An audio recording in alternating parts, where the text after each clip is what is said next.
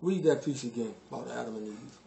The main prop of a popular medieval play about Adam and Eve. About who? About Adam and Eve. About Adam and Eve. Adam and Eve was in what book? Genesis, the beginning. Read. Was a paradise tree.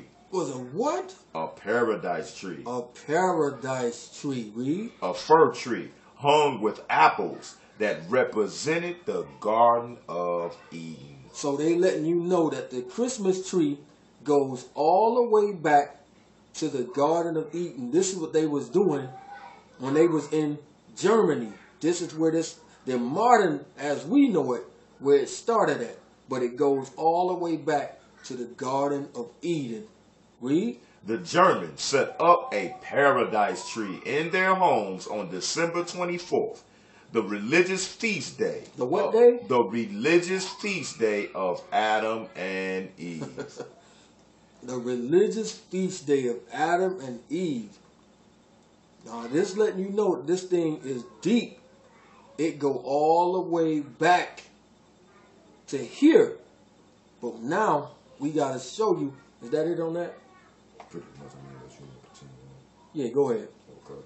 They hung wafers on it, symbolizing the host, the Christian sign of redemption. In a later tradition, the wafers were replaced by cookies of various shapes. Candles, symbolic of the Messiah, or Christ, were often added. In the same room was the Christmas pyramid. The Christmas what? The Christmas pyramid. We see how the trees is shaped. Mm-hmm. They was chosen because they don't die.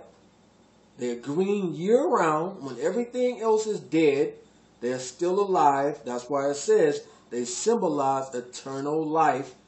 Read. A triangular construction of wood that had shelves to hold Christmas figurines and was decorated with evergreens, candles, and a star. And be not dismayed at the signs of heaven. Mm-hmm. Read. By the 16th century, the Christmas pyramid and the paradise tree had merged. Again, that tree was chosen because of that shape. Finish that out. Becoming the Christmas tree. Becoming the Christmas tree. Now we're going to go back to the script. Wow. To bring it all the way home.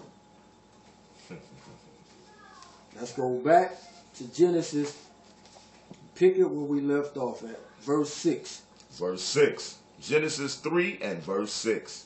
And when the woman saw that the tree was good for food, and that it was pleasant to the eyes, and a tree to be desired to make one wise. Hold on. It was pleasant to what? Pleasant to the eyes. It was pleasant to the eyes. If something is pleasant to the eyes, it's what? Beautiful.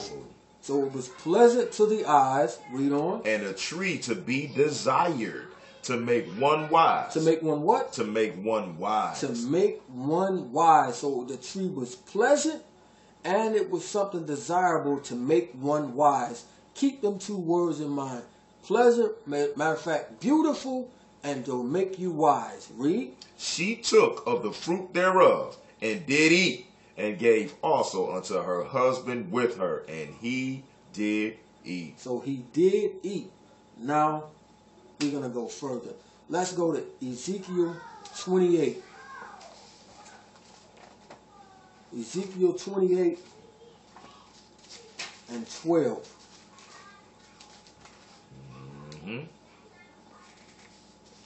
The book of Ezekiel, chapter 28 and verse 12. Son of man, take up a lamentation upon the king of Tyrus, and say to him, Thus saith the Most High, you sealed up the sum, full of wisdom. Full of what? Full of wisdom. Wait a minute, let me go back to Genesis. I'm going to hold that. Verse 6. And it was pleasant to the eyes, and a tree to be desired to make one wise. To make one what? To make one wise. Wow. Right here it says what? You seal up the sum of what? You seal up the sum, full of wisdom. Full of wisdom. It's wise. Read. And perfect in beauty. And perfect in beauty. Wait a minute. It says pleasant to the eyes. These things sound like they one and the same. Read on. You have been in Eden. You was where? You have been in Eden. This thing was in Eden. This man was in Eden. Read. The garden of the Most High. Every precious stone was your covering. Every precious stone was thy covering. Now we about to go into the lights. I know y'all saying, where's the Christmas trees got the lights on it? Read. The sardius, the topaz, and the diamond. The beryl, the onyx, and the jasper. The sapphire, the emerald, and the carbuncle, and gold. The workmanship of your tabrets and your pipes were prepared in you in the day that you was created. You are the anointed cherub. The anointed cherub. Go read on. That covers, and I have set you so. You was upon the Kadesh mountain of the Most High. You have walked up and down in the midst of the stones of fire. In the midst of the stones of fire. So he was a light being. He wasn't made from the dust of the ground like us. So him being a light and his covering being all of these precious stones, diamonds and emeralds and pearls and all of these different stones. Imagine laying diamonds in front of a light. What does it do? It glitters and shines. It glitters and shines. So it being in the form of a tree, he would shine just like the Christmas tree. Exactly. And that's what's so deep. Like when you look at modern day Christmas trees, they have various colors. And you look at all these different jewels that this brother was covered with, they different colored jewels. So once that light hit, it's spectrum. Exactly. It's flickering. So he not only representing this thing right here, he also representing casinos. Mm-hmm. He also representing New York Times Square. Mm-hmm. He also representing Vegas, Nevada with the strip. That's why it's all lit up with all of these colors. It's a false light. It's a false light. So again, every precious stone was thy covering. So he was covered in this stuff. And again, he was made out of light. So the people was looking at his beauty like, wow, he's sparkling, he's shining. That's why all the rappers say what? I'm shining. Stunting on him, I'm shining on him. Look at my bling. This is where it all comes from. Man, the image of Ha-Shaitan himself. Exactly. So this is why my man said the tree gives him so much pleasure. That's why they singing this song, because it's singing to Satan himself. Exactly. So he has deceived the world into putting one of his images in your house, and you're giving him great praise and honor. This thing is directly one of his images that he got set up in your house. So the day after Thanksgiving, everybody rush out and get this thing and bring it into the house and give it great honor. And they tell you, who is it for? The Christ. But on a level, it's for the children. For the children. It ain't for me. I done had my fun, you know. I'm just doing it, you know. You gonna deprive your children of Christmas? Wow. But let's show you. We're gonna go deeper. Let's go to Exodus 20.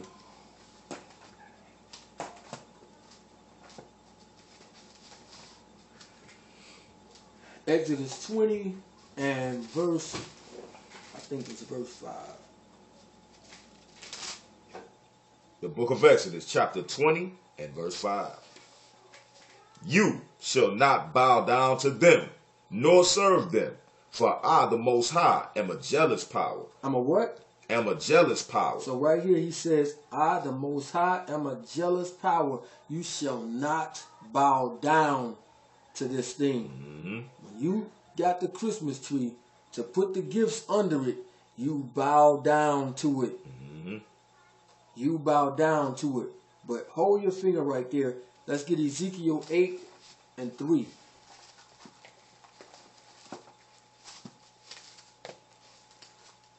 Ezekiel 8 and 3.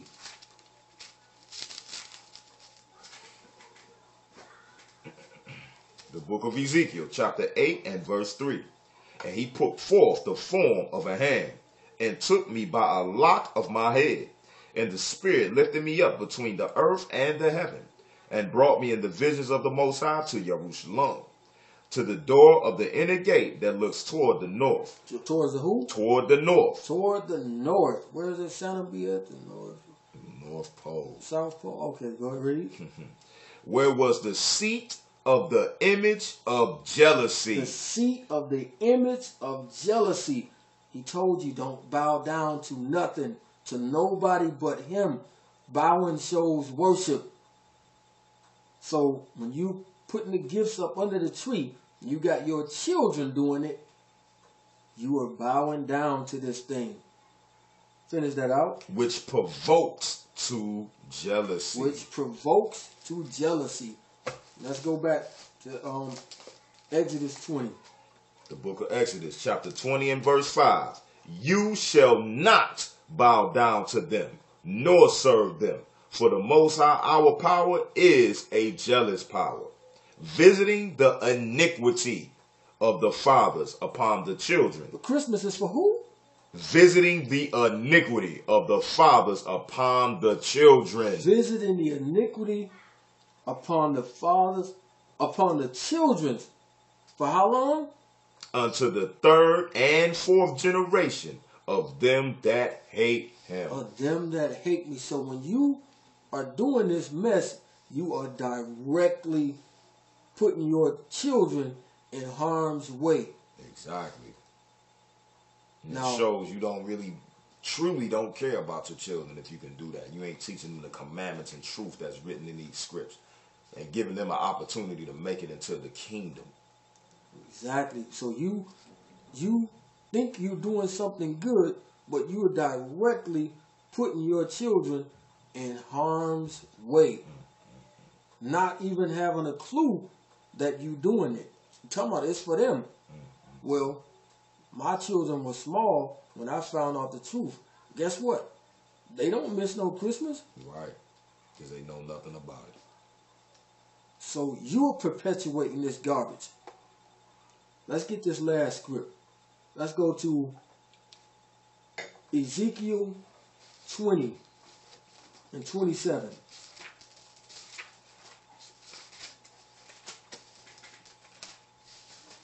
Ezekiel 20 and 27. The book of Ezekiel, chapter 20 and verse 27. Therefore, son of man, speak unto the house of Israel, and say to them, Thus saith the Most High, Yet in this your fathers have blasphemed me, and that they have committed a trespass against me. For when I have brought them into the land, for which I lifted up my hand to give to them, then they saw every high hill, and all the thick trees. All the thick what? All the thick trees. And all the thick trees, read. And they offered there their sacrifices, and there they presented the provocation of their offering. There also they made their sweet savor and poured out their drink offerings. Read on. Then I said to them, What is the high place where you go? What is the high place? Where's the church or the place that you go? Read. And the name thereof is called Bama unto this day. So this place right here is a place. It's a pagan shrine, but it was somewhere off in Israel, close to it. Read. Therefore say to the house of Israel, Thus saith the Most High, Are you polluted after the manner of your fathers, and commit you whoredom after their abominations? For when you offer your gifts. For when you do what? When you offer your gifts. For when you offer your gifts. We know when gifts is offered. The most of them anyway. Read. When you make your sons pass through the fire, you pollute yourselves with all your idols, even to this day. And shall I be inquired of by you, O house of Israel? As I live, saith the Most High, I will not be inquired of by you. So when you offer your gifts and your idols, you cause your children to go through the fire of Moloch. That's what you're really doing. Sending them through the fire with your gifts.